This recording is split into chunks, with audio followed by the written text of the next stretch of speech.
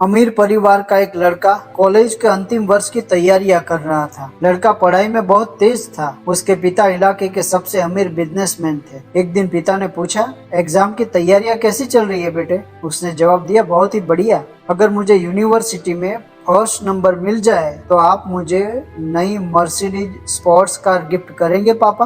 पापा ने कहा, जरूर। ये सुनते ही लड़का खुश हो गया। वो रोज कॉलेज से आते वक्त शोरूम के पास रुककर कार को देखता रहता। उसने अपने दोस्तों से भी कहा कि एग्जाम के बाद हम मर्सिडीज में लंबी यात्रा पर निकलेंगे। वो ज्यादा से ज्यादा मेहनत करने लगा। आखिरकार उसकी मेहनत रंग लाई। उसने अपने पिता को कॉलेज से ही फोन करके बताया कि वह यूनिवर्सिटी में फर्स्ट आया है। अपनी गिफ्ट भी याद दिला दी। जैसे जैसे वह घर के करीब आया, उसकी धड़कनें तेज होती गई। वह कल्पना करते हुए घर पहुंचा कि उसके आंगन में मर्सिडीज खड़ी होगी।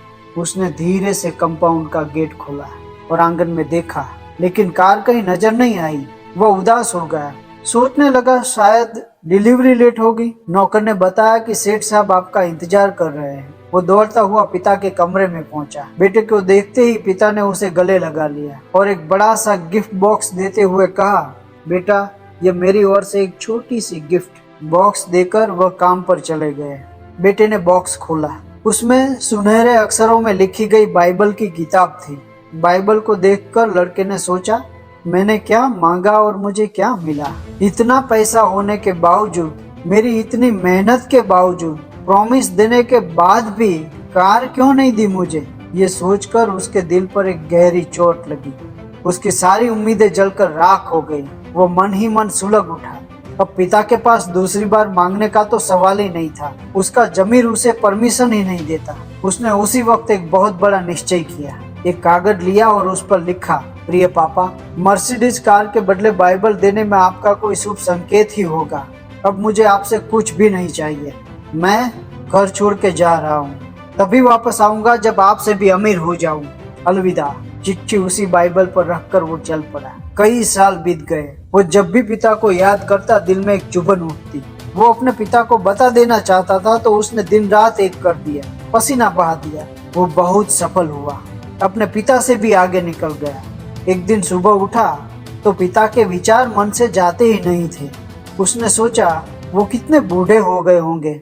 अब मुझे उनको बताना चाहिए कि देखो मैं कितना अमीर हो गया हूँ। उसने फोन लिया और घर का नंबर डायल किया।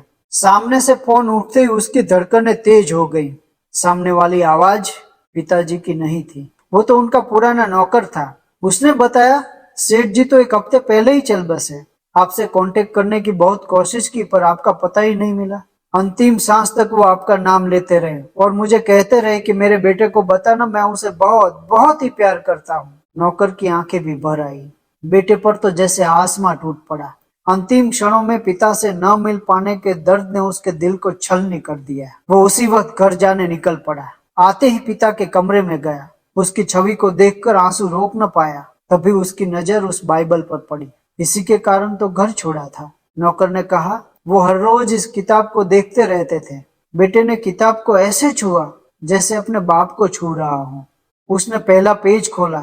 उस पर लिखा था, हे भगवान, मैं बहुत खुश नसीब हूँ कि मुझे ऐसा बेटा मिला। मेरे बेटे जैसे समझदार बेटे को कैसे गिफ्ट दी जाए, ये तुम मुझे सिखाना।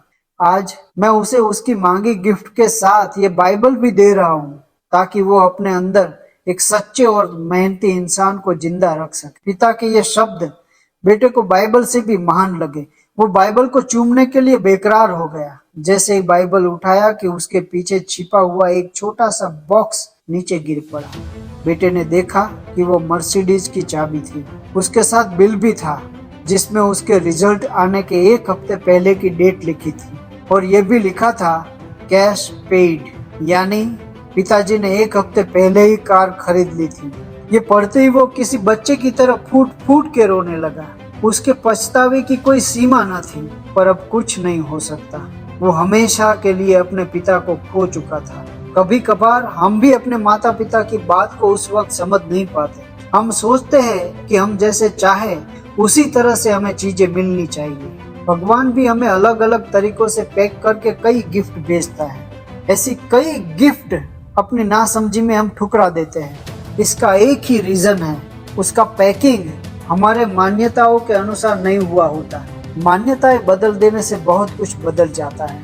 एक पिता हमेशा अपने बच्चों का भला ही चाहता है। बाप एक फरिश्ता होता है। किसी शायर ने लिखा है, मुझको छांव में रखा और खुद वो जलता रहा, मैंने देखा एक फरिश्ता बाप की परछाई में। दोस्तों, ये वीडियो दुनिया के सारे बाप और बेटे को समर्पित है। आप भी अपने पिता से प्यार करते हैं तो ये वीडियो इतना फैलाओ कि भारत के हर बाप बेटे तक पहुंचे, ताकि उस लड़के की तरह किसी को भी पछताना ना पड़े। दोस्तों, मेरी चैनल को लाइक और सब्सक्राइब करना ना भूलें, ताकि नया वीडियो बनाने के लिए मेरा हौसला बढ़े। मिलते हैं नए वीडियो के साथ। Thank you.